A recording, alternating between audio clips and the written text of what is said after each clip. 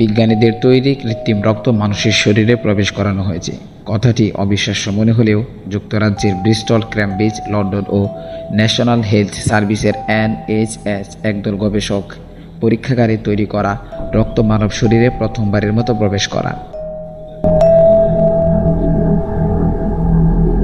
প্রাথমিক পরীক্ষার অংশ হিসেবে 2 জন স্বেচ্ছাসেবীর শরীরে কয়েক চামচ পরিমাণ রক্ত দেওয়া হয়।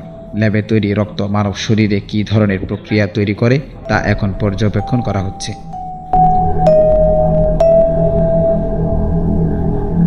সংশ্লিষ্ট গবেষকদের মূল লক্ষ্য জরুরি ও অতি বিরল গ্রুপের রক্ত তৈরি করা।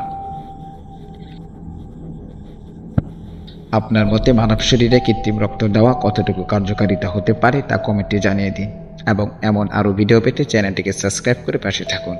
ধন্যবাদ।